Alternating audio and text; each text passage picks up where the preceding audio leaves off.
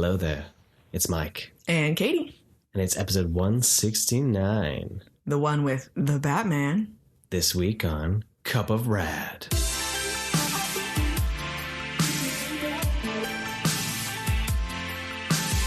It rains outside. The rain battering our drains. It's cold, dark, wet. Two people sit to record a podcast. Inner monologue complete for the moment. On Cup of Rad. Can we write Cup of Rad haikus? You can. Rad haikus. Okay. I don't know why. I mean, I'm not a poetry person, but why not? Then Yes, it feels like all dark and moody outside. The rain is here. It's cold, too.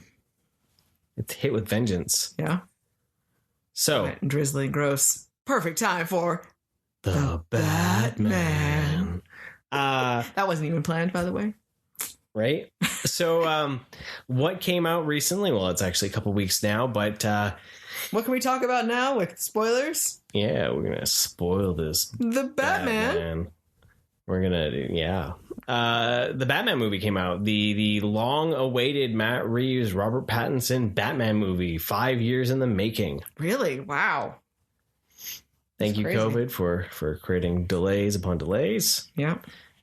Which now we finally get the dark, menacing, I am vengeance Batman.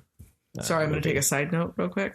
I was talking to Kiddo earlier, and we were talking about something that had happened in the past. And I was like, I think that was like 3.5 years ago. And he's like, Mom, it was farther than that. And I said, you're right. It's closer to 5. Because I was just thinking like pre-COVID time, and then COVID like just didn't happen apparently. So like COVID time just was like a wormhole. I was like, holy cow, time flew by. I had just completely forgotten about it. That's hilarious. So sorry, that reminded me. I don't know. But so when the Batman came out, we were celebrating my birthday. It was the birthday celebration. It was my big one. big 20 one. plus 20. Oh, he doesn't even want to say it. You know, He acknowledges it. the So what perfect way to celebrate your birthday? yeah, Warner Brothers just waited for my Yeah, they were like, 40th. wait. Yeah. We can't have it come out at this like 38 mark. Yeah. Like that would be weird. Yeah, So you know what? Now we're so close to 40. Now we can't do 39. Just gotta keep going. you know, we care about Mike. We care about his mental He well-being. cares, yeah. He And matters. we're gonna make this happen. So I'm a huge Batman fan. huge. So big, so big. And it's always been ever since the animated series, of course, and then even the 89 Batman movies. And as ridiculous as the Schumacher Batman movies are, they still hold a special place in my heart. And even with watching like the Nolan movies, they're great films, but I always felt there was something a little bit lacking in terms of comic bookiness to them, right? They Yeah. were so real.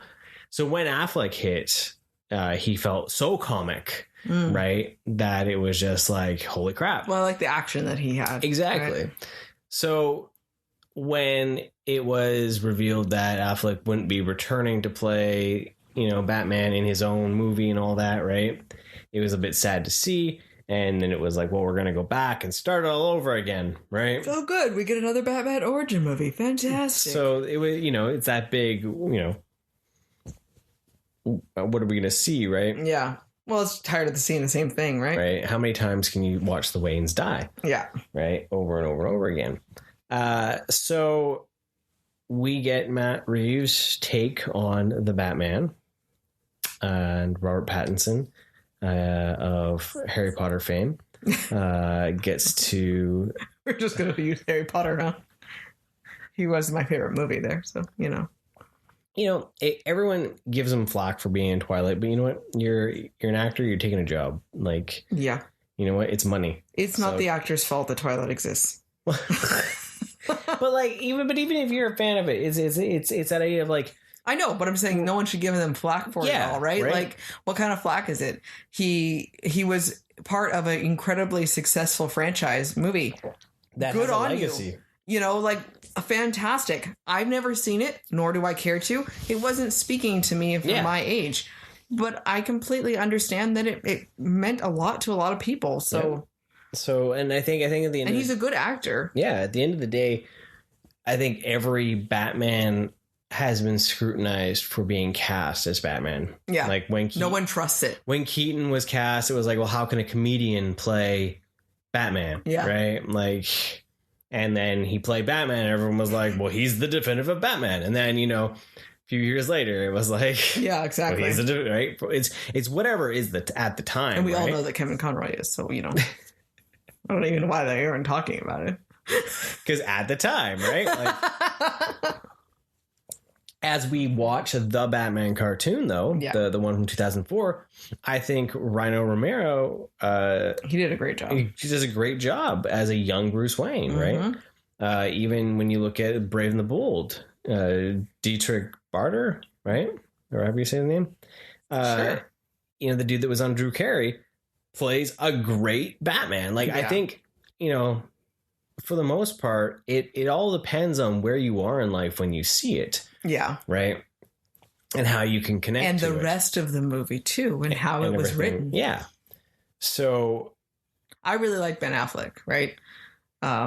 So I thought that was good. So I was really sad to see that he was gone, but at least it wasn't Pattinson just taking over Affleck's role or something. So it's like, okay, well that universe of course is stopped. So now we're just going to hop over to the next one and see what he has to do. And with the trailers and everything, it definitely seemed dark, but it seemed different dark than Nolan's, right? Yeah. So I was excited for it. Oh, totally. So.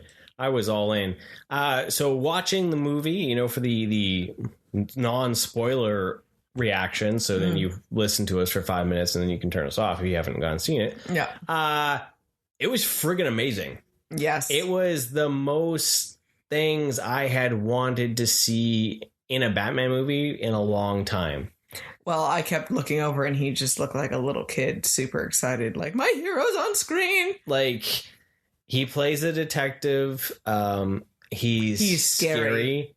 But yet, at the end of everything, even though this is a really dark, grounded version of the Bat, there's more hope of him being a symbol of heroics at the end of this movie than I think of any of the Bat movies. I almost teared up.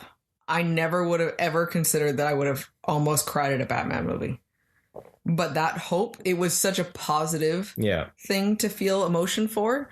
It wasn't sadness or anything. It was just like, holy cow, they're actually doing this. And it meant a lot to me. I think it was magical, honestly. Right. That was the best way I could describe it. Like, it was just really emotional. Totally. So. Now I will give a gripe, though. I still am not a big fan of how the Riddler looked. Oh, totally. I understand exactly where they were going with it with the Zodiac killer kind of serial killer aspect. It fit with the movie. But, Jim Carrey in the spandex will outbeat any Riddler. Nothing will top that. Yeah. For comic, amazing. He looked like, the Riddler looked like a army man. Like, I just kept seeing like a green army man. Yeah. That's all it was. Like, just the faceless little vinyl plastic army man.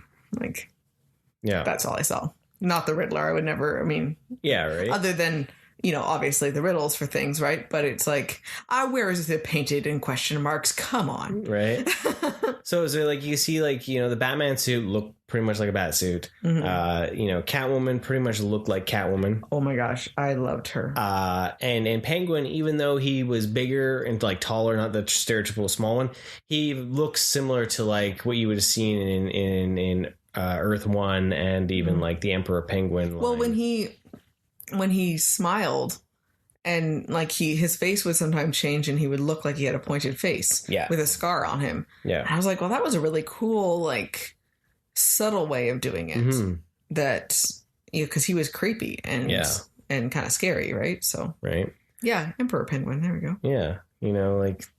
There's lots of things so that's my only real big gripe is that he just was too muted and too there was no you didn't need the green spandex, but just a little bit of an even brighter green. It was hard to even see that he was green sometimes, right? As I say, he looked like an army man. But that's like a tiny tiny pinprick. What's more important is the Batman was actually right, cool, and he was scary. Like that was the thing that I loved. like that he had like Frankenstein type walk. Yes, and it was like his steps were these weighted, like purposeful steps, and that one scene where he talked about having to when they see the bat symbol, right, and they know that I'm in the shadows. Yeah. That's all they need, and they don't know what shadow I'm in, right? It's the question about where he could be. Yeah. And so just the unknown helps him fight crime, because it's as soon as that's there, then it showed all the villains or the crime guys just being like, oh crap, I need to stop because he might come out of anywhere. Right. So then when he did come out, and it was just that, like almost like the cowboy spurs hitting the ground, right? Yes, it was out of the darkness, out of the like the bleak, like, you know. Yeah. Yeah, that was pretty cool. Bang, bang, bang. And I love, too, that, you know, when he was around the cops, he didn't talk. Yeah. He just stared. Oh, and it was very unnerving. Right? And it almost made more sense. Like, he talked when he needed to talk. Yeah. And that was it. And it was kind of cool to have that, right? Yeah. That feeling of like, and you love the idea of what he had for his contacts. So let's just double check. Are we still on spoiler free, or should we move? No, we didn't tell them about, so okay. So there'd be spoilers ahead. Okay. I told you only got like 5 minutes, and then okay, so I'm free to speak freely. Okay, now here's your official warning. If you don't want to go farther, then see you later. It was great talking to you. Otherwise, go see the Batman. Go see the Batman, then come back and see us. We're at the, approximately just over 11 minutes, and we're good. Yeah. Okay, so I loved, he was wearing contacts that recorded everything. Mm-hmm. And I thought that was, because then it made sense why he just stared at everything and was very slow and calculated as he did it, and purposeful on what he looked at. Mm-hmm. At first, when he first did it, he was like almost like, hey, psst, over here, look at this thing. I think this is interesting. Maybe you should think it's interesting. Yeah. And while it also was that, his contacts record everything. So then he was able to look back on everything and actually examine it, since, he can't take police evidence. So he wasn't being the guy that was stealing things from the police crime scenes. So he could still look and examine and doesn't have to remember everything, especially how strung out he would be, trying to live two lives. Well, that's what he talked about too. Is like, it helps you had to remember. Like go back, he like write journals each night of what he saw and what he remembered, and then like have his playback stuff. Like and I thought that was just a really cool way to show the detective part of him. Yeah. Like using all these different tools, so he could go back to the Batcave and examine everything again. I was like, oh, this is fantastic. So that alone was like huge on the, and that's like it pretty much just started, or like, it wasn't that far into the film when that was one of the things that happened, right? Yeah. So it starts out with a murder at the very beginning. Like it throws you right into it. Another thing that was so it's 2 years into his career as the Bat, so he's still getting, notoriety and all that. Alfred's still trying to get him to stop doing it. Alfred's always trying to stop. I know, but I'm just saying. He was like still really like, why have you not retired this yet? So he takes nod a bit from the Earth One graphic novel. Alfred? Yeah, he's got that. He's the what you can tell he was probably a bodyguard or something. I like that he talks about how he actually helped train Bruce to fight, and he mentions the idea that he wishes he had protected his father. So but when one thing I'm just jump all over the place, and then even if you do listen to spoilers, then it's not but just going all over when the Batmobile, when you finally get to see the Batmobile, and when that Batmobile fires up in the dark, that wet dream, and that red light from the engine fires up, and then that car chase, right? And the music in this movie is probably one of the most I've enjoyed a soundtrack in a very long time. Yeah, and you're very particular about them, like for soundtracks. And it's just been like so much stuff has felt so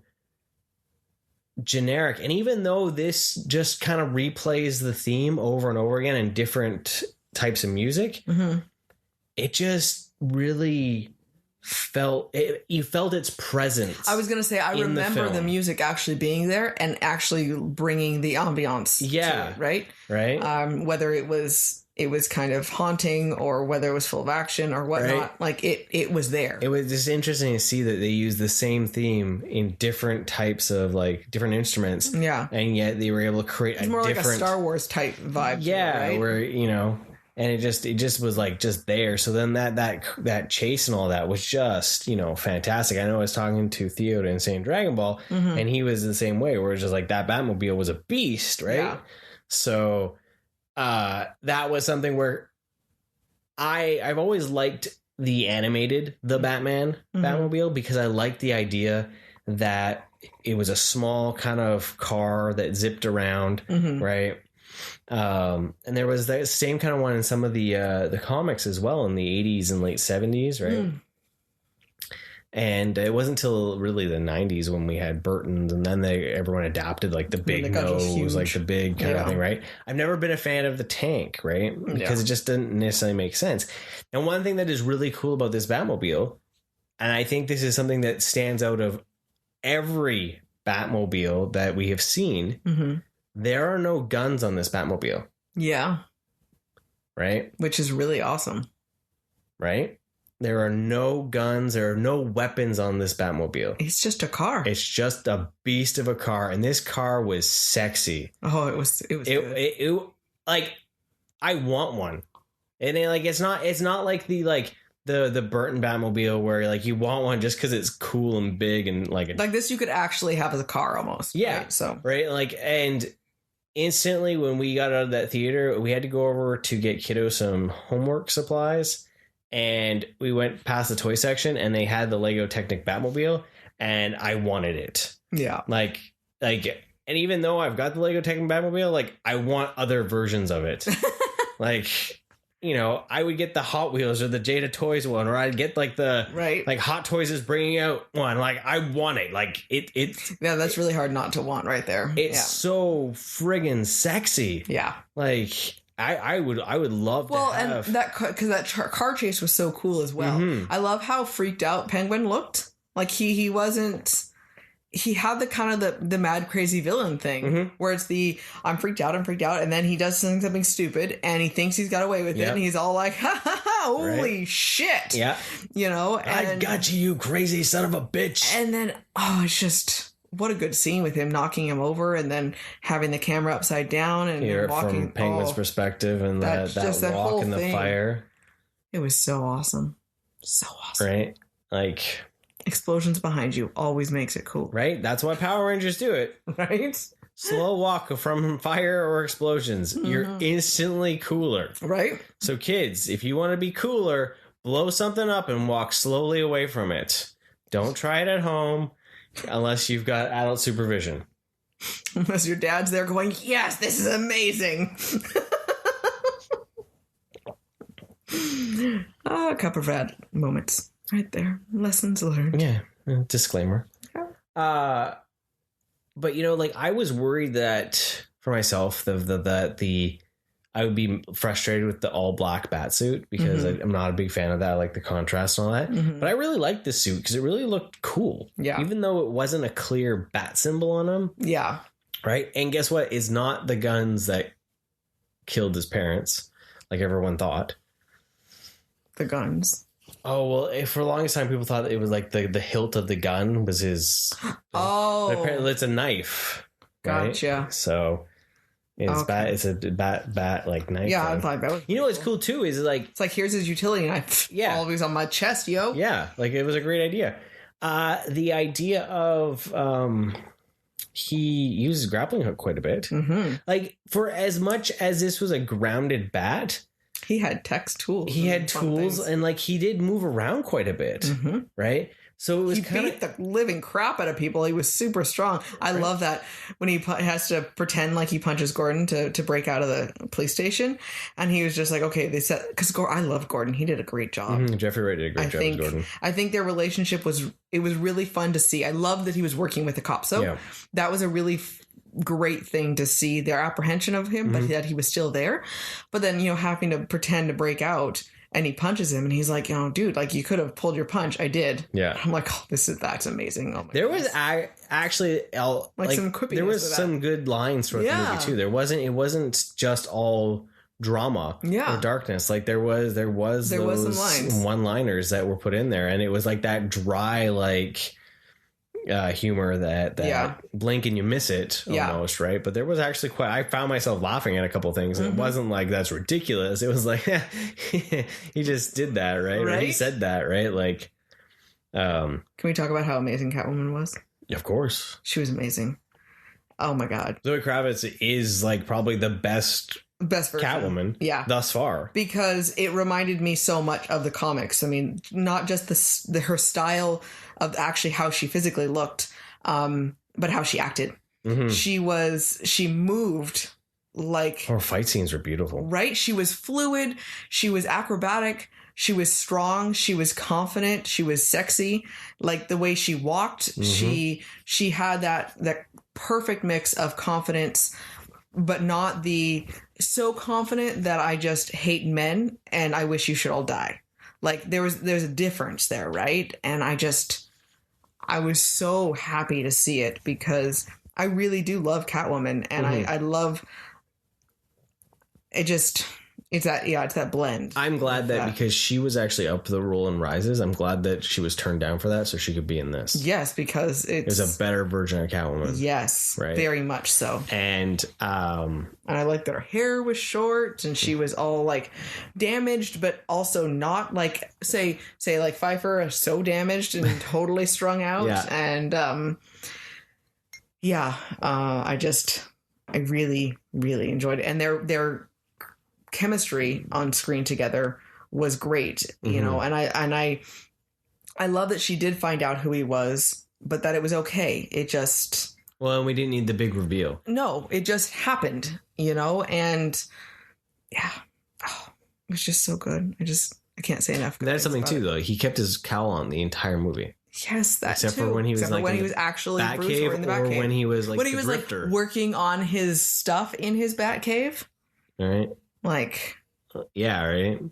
But like, say Kravitz, she had mentioned that she doesn't feel this is the last time we'll see Catwoman. She's hoping because she doesn't feel that the costume's finished. She says it's like this is like it's missing goggles. Like this is her beginning of it, right? That's fantastic. So like that's interesting to hear, and you wonder if that'll actually ever play out, because like as much as it didn't look like her without the goggles and that little like knitted thing, it still looked more like her than what we've really seen. Exactly. In that, right, with the motorcycle suit and like that kind of thing. Like, you know what I also like too is she had cats. She had good, she did. She was smooth and fighting, but she wasn't just like, I'm gonna do 50 cartwheels because I can. You know, because I hate that in general, that they do that with movies. Like, it's ridiculous. No one really does that. Like, who do you have any people who do that don't realize how much energy it takes for something like that? Like, that's a weird complaint. I know. Now, like all of them. I'm so happy with it. Because I wasn't irritated. No. Right? So. Like, it takes a lot of inspiration from Catwoman When in Rome and Long Halloween, Earth 1, even Year 1. It has a bit of Year 0 or 0 Year, whatever it was, from Schneider. All the years. Right? So, like, there's a lot of influences that are picked out here and there and everywhere from it. Yeah. So it definitely has the steeped in the comic mythos, which was really cool to see.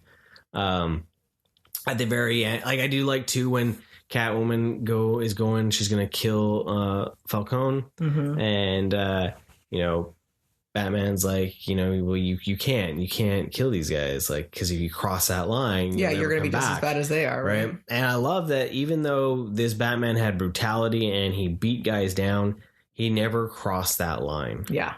And that was the line that he was not willing to cross. Yeah. Right. So we do have a moment at the end where he almost crosses the line. He ends up taking adrenaline, which also people are thinking that it's Venom, Bane's Venom, because it was like a neon green. Yeah. Well, because it went so over the board. It was more like a monster look to him than just like, I'm awake. Yeah. You know, I know pure adrenaline is like scary stuff, but but yeah, he looked over the top, and because it was neon. Yeah. So, and he just goes and pounds the crap out of one of Riddler's goons. Yeah. Right. before he's pulled off. Now, the thing that was kind of cool, and when I talked originally about the hope, was that this whole final scene here, when at the very end of everything, when the Riddler's pretty much blown up Gotham and they've flooded the city. Which I really felt like this was hopeless for sure. It really did feel hopeless. Like, I was actually at that point. I was feeling a little frustrated. I was frustrated with that. What the crap? Like, at first I thought when they showed this, I thought it was like Bruce like calculating like what could happen. Yeah, and he was going to save the day. Yeah, not that it was actually happening. Right, and I'm like, and then when you realize, wait, no, it's actually happening. You're like, like just blowing things up bad enough, and then they start flooding things, and it's just like.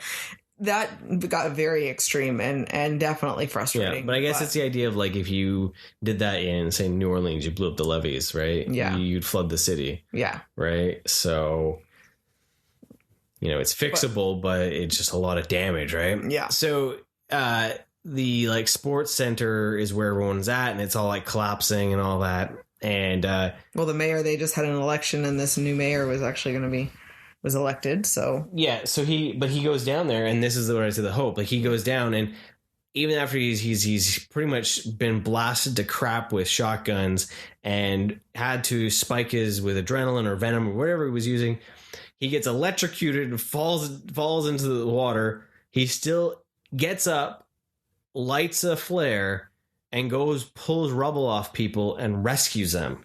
And that we did not see. Right? Prior. He cared about the people. He wasn't just always fighting the bad guys. It wasn't just the villains. Now the villains have stopped, so here, now police I can come in disappear and fix this. He, and then through all that, you're seeing him help people get to rooftops to get evacuated and all this kind of stuff. He's there truly being a people's hero. Yeah. And a hero of Gotham that is not just there to stop the big bad guys, but he's there for the everyman. Yeah.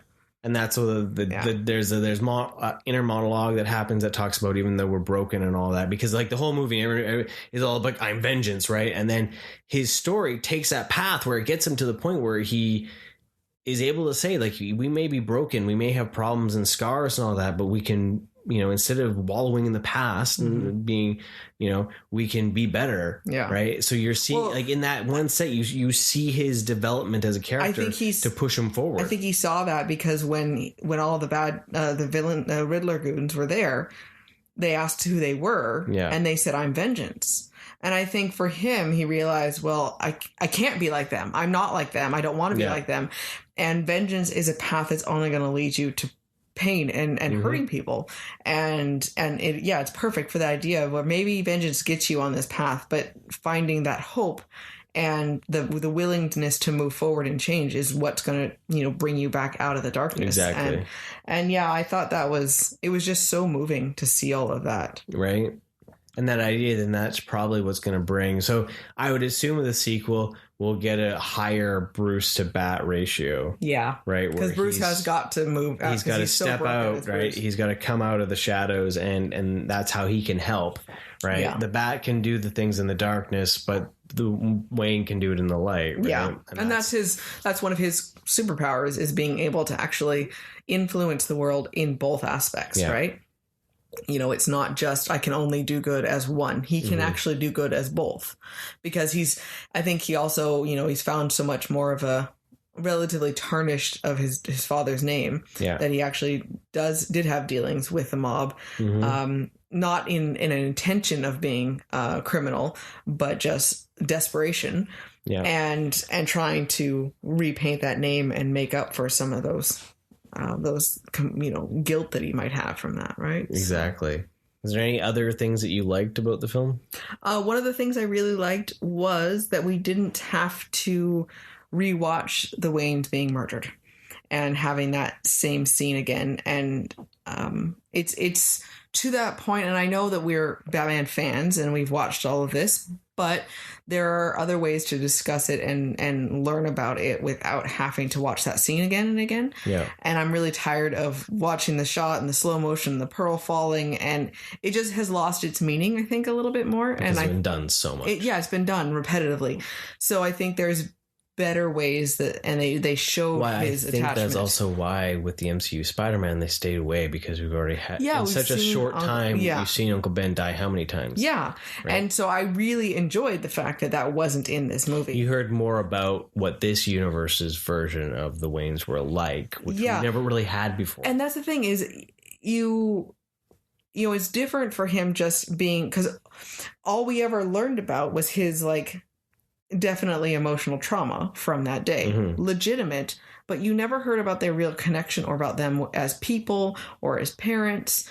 And in this, we actually learned who they were and why it was a loss that they died.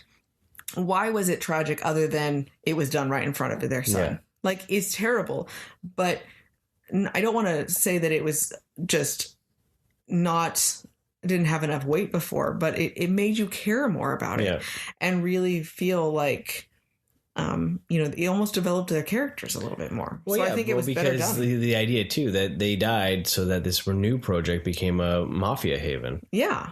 Right. This thing that was supposed to bring Gotham back up got turned into just a money grab, right? A money grab. And so it's interesting because then it shows that it's that effect of one thing that was monumental but also small at the same time turned into such a big cascade domino effect of just destroying the city, and how important it really was to have the Waynes around. Yeah.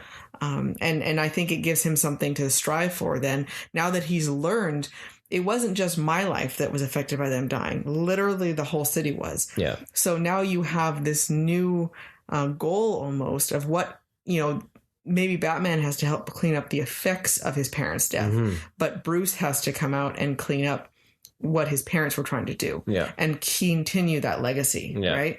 Batman can't do that, but Bruce can. So. Exactly. But yeah, it was that's again all leading back to that hope aspect. Like, Batman's a dark figure, but why he should also be a symbol of hope for the people who are not the criminals, you know? And instead of that's being that fear for me, thing, like the comics right now, I'm struggling with the comics because he's there's no hope in the Bat books anymore. He's just angry, right? It's you know, he's paranoid and untrusting and, you know, there's no more heroics. It's not someone you want to ever be like. Right. And that's what I was surprised with this. It was dark. It was a gritty detective, you know, noir film. But yet there still was so much hope that his Bat and his Wayne could go on and do bigger and better things. Yeah. Right. So that was a bit of a trip. So I did like that we almost had the Riddler outing Bruce on camera. That was suspenseful. I was really worried there. That was a great scene. Because I was getting, I'm like, do I get angry? Do I get angry? I'm going to get angry. What the fuck are they doing? Like, oh my goodness. And, that was intense. Bruce Wayne. Like, as much as I love his face, like Batman's face with the, oh shit. The worry, right? Like, what? Well, because he even goes there and saying this all ends tonight, right? Like, the idea though, Paul Dano, I believe his name is, as much as I didn't like his costume as much, his Riddler was great. His voice and all that, and his inflections, and just like I'm better than everyone should bow to me because I'm so smart, look what I did. Fit the Riddler's and then characters. When you didn't play his game, he freaked out. It didn't go how I wanted. This is not okay. I calculated it perfectly. How could you not play along? How could you not be happy with what I did? That was his switch between controlled and uncontrolled was very cool to see in the psychopath that he is, right? Or sociopath. And I thought that was really cool. That whole scene was really interesting to watch his character change. And actually have it. So it's like, well, you know, that's the thing we need to do. We need to go get Bruce. And then when he realized that, and then you realize at the same time, like, oh God, Alfred, don't open this. What are you thinking? What are you doing?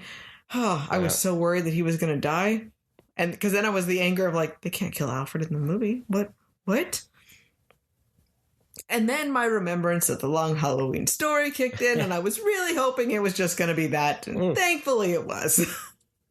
He's just hurt. We're good. Right? It'd be too early to kill off Alfred, I think. In that.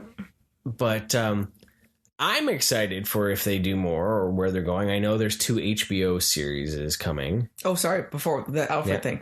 I think that was beautiful, sad, but beautiful to see that connection that Bruce realized how much he really does care about Alfred there. Yeah. And to really see that bond that they have. Because with him, it was this is, the idea and that worry of losing someone I care about. Yeah. And it was... Well, because they'd had their earlier fight. Yeah. You're not my father. I know I'm not. You deserved a father, and all you were left was with me. Yeah. But then it goes to show, though, how much of a father he really is. Yeah. Because that's an argument that you would have, right? Yeah. And it was so much emotional depth to it. Yeah. Like, you really cared. This was a great movie. Like not just good a comic acted, book good written, movie. Yeah. Not just a good superhero movie, a good movie. Yes. It was well done. And my other gripe, though, I'm telling you how great it was the beginning of the movie, the first half of the movie was like art.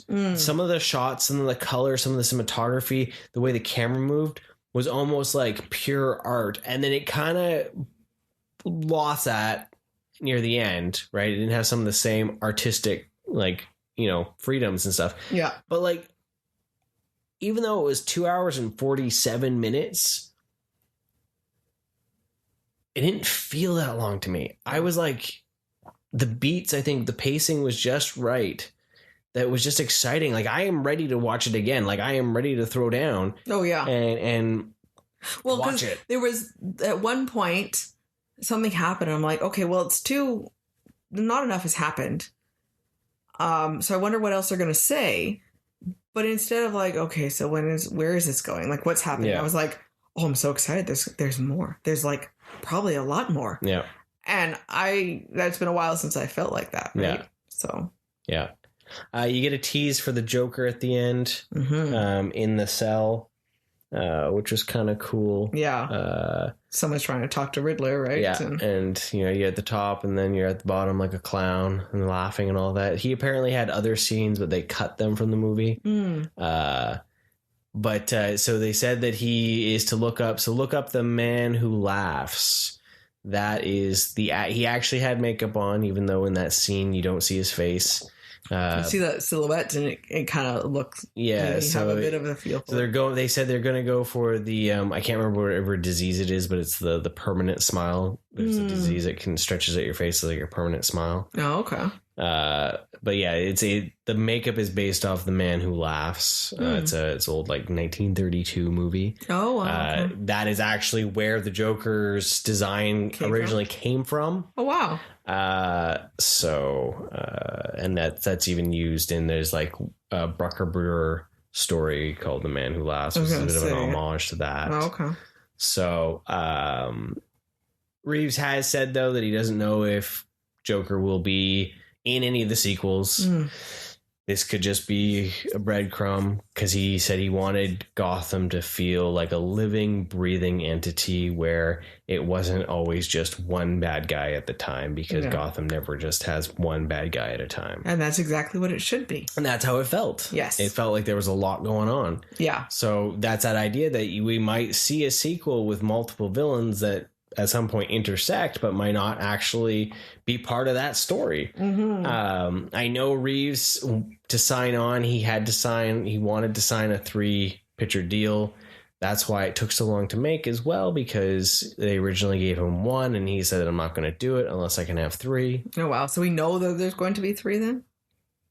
Or there's a 3-picture sign deal. Yeah, I know. It only means so much until it's a production or... It's a pay or play deal. But it did well, right?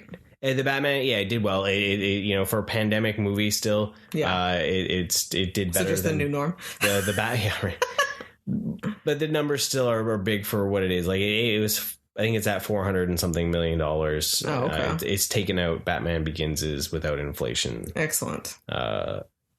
Haul. Yeah. So that being said, too, though, AMC charged more to go see this. I liked him with the motorcycle and you meant to go say it, but as the drifter idea that he used different costumes basically to get into different places. Yep. He even at one point used just Bruce Wayne to get into into the club and to talk to whoever he needed to. But he had his motorcycle. Yeah. He had 2 different motorcycles. Yeah. The fancier one and then the Chinsey looking thing, drifter one, right? And I thought, that was really cool because it's a bit more of a spy feel, you know, just blending in. Yeah, even if it wasn't like the Matches Malone kind of persona, it still was like a hint to that idea. Yeah, exactly. Right, where he was using something else because he uses that to even get into the club. The club, yeah. Right, and then he's all bulky because he's got his suit underneath, and then he's got like layers on, and he just looks like a hobo. Yeah. So yeah, it was fun to see them, him and Selena team up though, because here she is trying to solve her friend's disappearance, and you know she's using the contact to be able to get into places, and it's just no different than a wire. And so you really cared about what was happening, and there were so many players, and yet I didn't feel like I was convoluted and I didn't know what was going on. Like the story was easy to follow. Yep.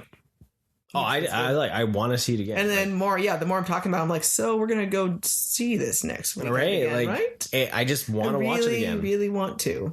It was a hard time not buying all the merch. Like, I haven't actually gone to a movie in a long time and wanted to buy merch. Yeah, like literally, like it's like, you know, the McFarlanes are coming out now, but like the Mezcos look better, or like the Hot Toys, but those won't be out until like next Christmas, right? Like, and it's like, you know, or then the Funkos are out. You're like, I am excited to have something from this film because it was that, you know, that amazing. I'm sad that I don't have Catwoman merch. Right? Like it was that good and that enjoyable, and I'm glad that it did something that was unexpected but yet familiar. Yes. Right? Like it wasn't so blinded by nostalgia that it failed, and it wasn't so grounded in reality that it didn't feel like I was watching a superhero film. Yeah. Right. So well, and it was a nice mix between everything with the good action, the drama. You know, I liked how all the characters themselves, like the actors did a really good job, and they interacted really well.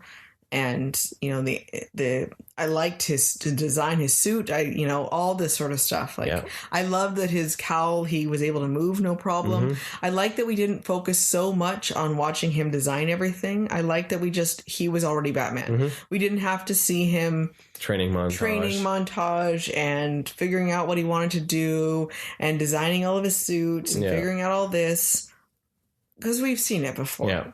You know, if I want to see that, I'll go watch Batman Begins. Yeah, but I've seen it before. But it does kind of give you that feeling over. Like, I guess the original Batman '89 did the same kind of thing. It just was there. Batman was just there. Yeah. So I was gonna say, because I was really gonna say, was this almost has a bit of that MCU Spider-Man feel, where they're kind of like, you already know all this stuff. Yeah. We're just going to throw you a couple years into his career. You know, it's not so far into his career like Affleck, that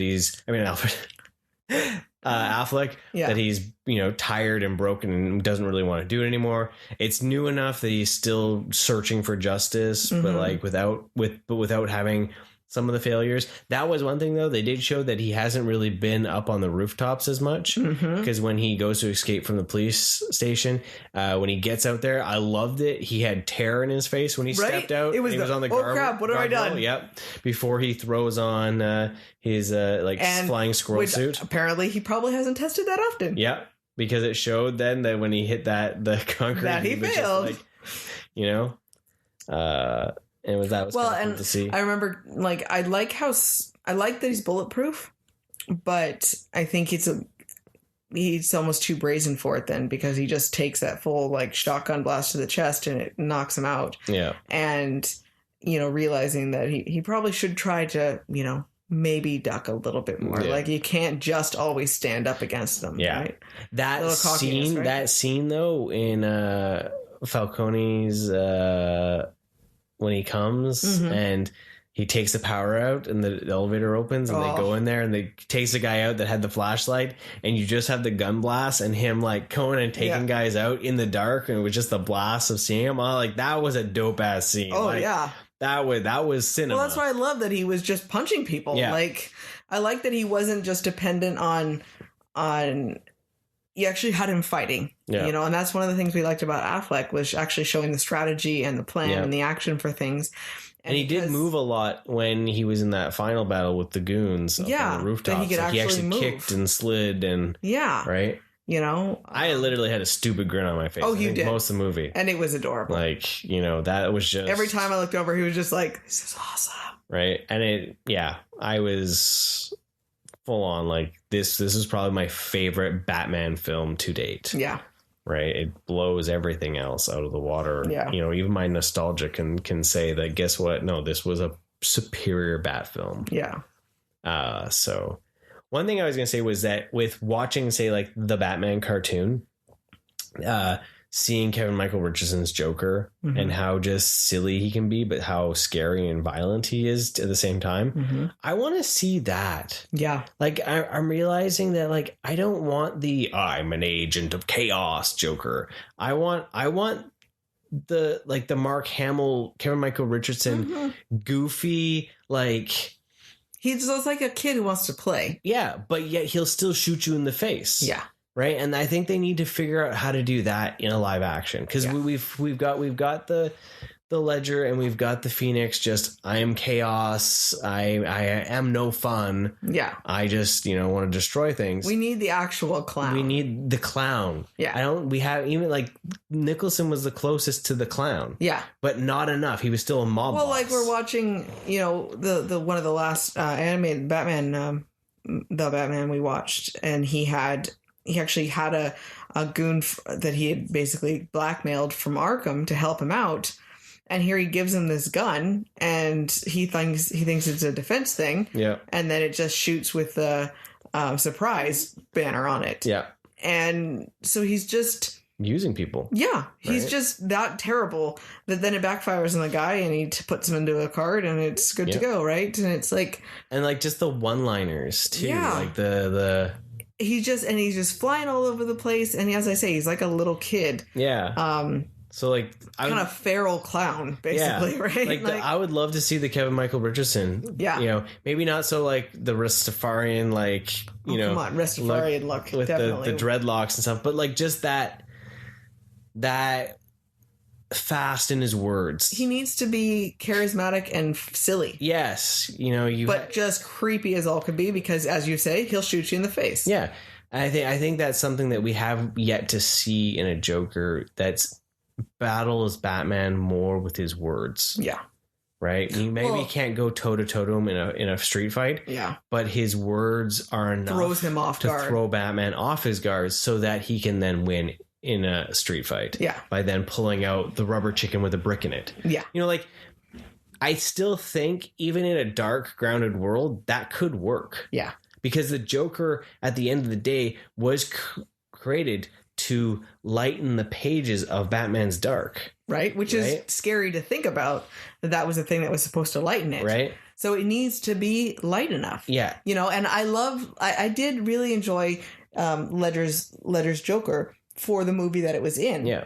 But he is not light. No. At all.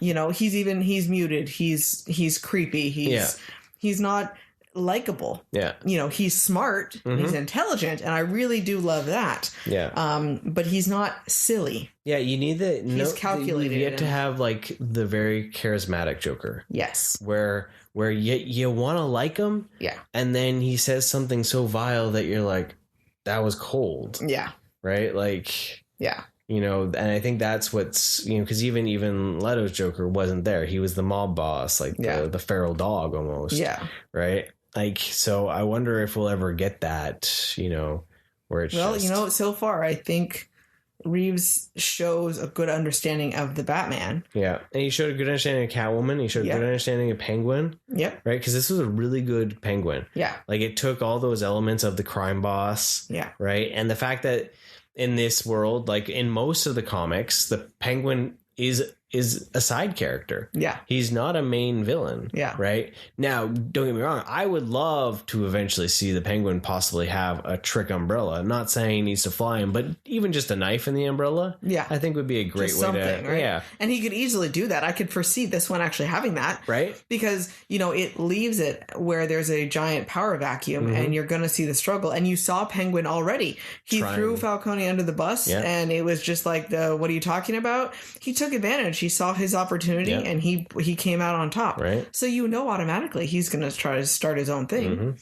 Oh, and you know he's taking over the club. Yeah. So And you know, Colin Farrell played the Penguin. I can't believe it's Colin Farrell. And one of my students, they saw it, and I was like, oh, he's talking about the Penguin. I was like, Colin Farrell played him, and he's like, well, who is that? And he's like, there's no way that he played them. I was like, yeah, that much is much makeup.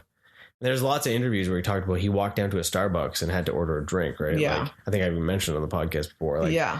So like, I think that's just in John Turtletub. The guy that played Falcone has said in an interview. Oh, I forgot that was him. Huh? Yeah, he said in an interview where he's like, I didn't even know it was Colin Farrell at first. Yeah, you would. Right? Well, when you said it, I'm like, no. Right? No.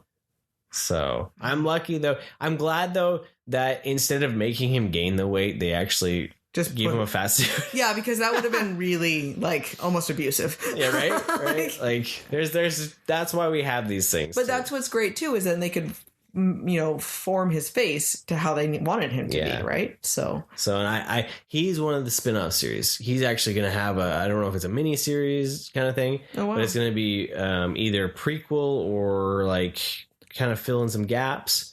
So, and they also talked about there's going to be an Arkham series. It originally was going to be a Gotham PD series. Oh, okay. But it's now evolved into an Arkham series. It's being talked about being as a haunted house where we'll get to see other villains that maybe wouldn't have made their way into the movies.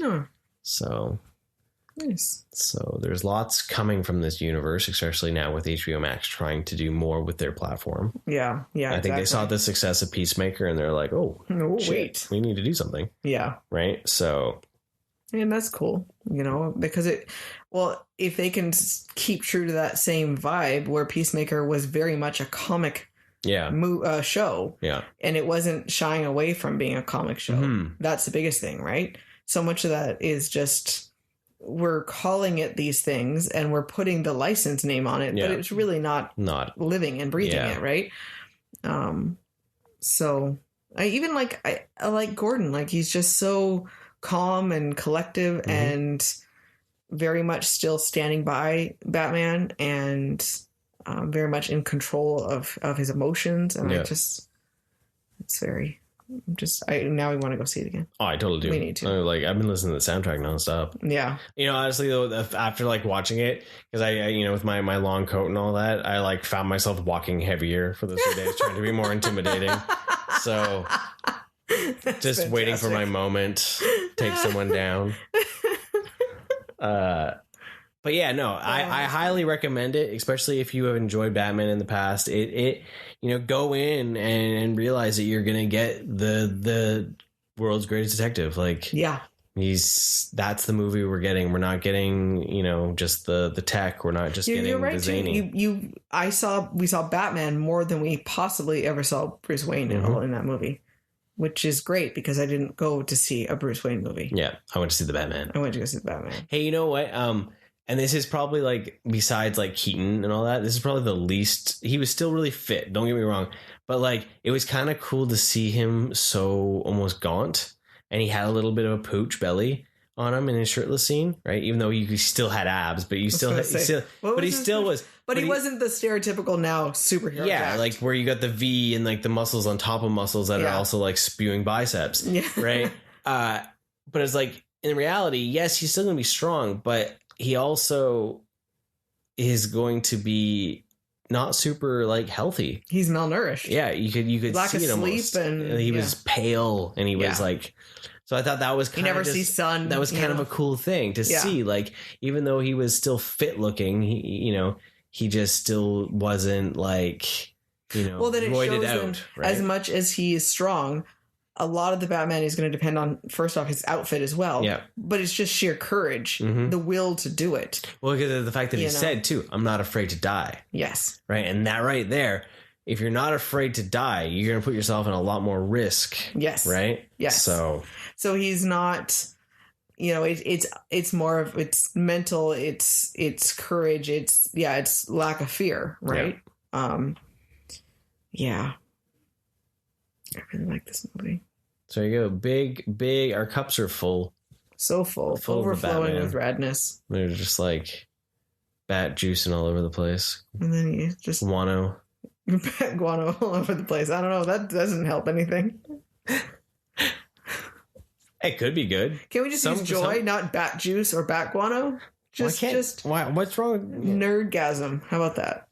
That's another form of juice. But it's not bat based. But it's the Batman episode, so like you got to be but it's okay if you have bat themed things. Bat themed, yeah. Gotcha. You know. But go see it if you haven't seen it. Rush out, go see it. Tell your family you're gonna go see the Batman. If you have seen it, go see it again. Like I think we're gonna do. We got to. I think we have to. You know, it's not support it. It's not going to be until I heard that it's going to be late April, early May that it's going to be on HBO Max. Oh, okay. And it might actually get HBO Max release before it will get a digital or physical release. So that's too far for us to watch it. So yes, I'm gonna have to go. All the bad. You know what? Also, on a side note, not related to the movie, this was the most full the theater has been since we have gone back after the pandemic. Well, Spider-Man was pretty cool. But this was more full. This is the most most people that have been in the theater and the most respectful crowd of people that I have been around. Besides Jackass. Besides Jackass in a very long time. Yeah. I was thoroughly impressed. Yeah. That I never was like, and I think that helped my enjoyment of the movie even more because I didn't have some jackass talking or on his phone or anything else. And it was just like, everyone was cool. Everyone enjoyed the movie. It also shows how much the movie actually kept people's attention. Mm-hmm. So I would just kudos to the people in the theater for letting everyone enjoy the amazing movie. So that made me happy. Good job, everyone. Good job. Gold stars. Pat on the back. Cup of red gold stars for everyone. So... So let us know if you enjoyed the Batman, what you thought of it. Where does Pattinson lie on your scale of all things bat? Yeah. I don't know what else to say. We'll be back next week. Yeah, we're, we already have stuff in the schedule. Can. Oh, we do. We're kind of caught up on that. And then we got spring break coming up. And we always Spring break, Radnisha! Try to find some fun movies. And can you make a ukulele Radnisha ukulele riff for it? I think that needs to happen. That should be the goal, to practice during spring break for yourself. Okay, I'll try. I'd have to look something up. I don't know. I know. I'll have to make it up. Oh, I know. He has an amp. He can try to do it. I can make something up. Something weird. I mean, now remembering what you did so you could do it again will be another thing. Figure it out, man. We got other fun things coming up. I only know 4 chords. So. I know. It'll be good. So, thank you for joining us, everyone. Have a wonderful day. And remember, stay rad.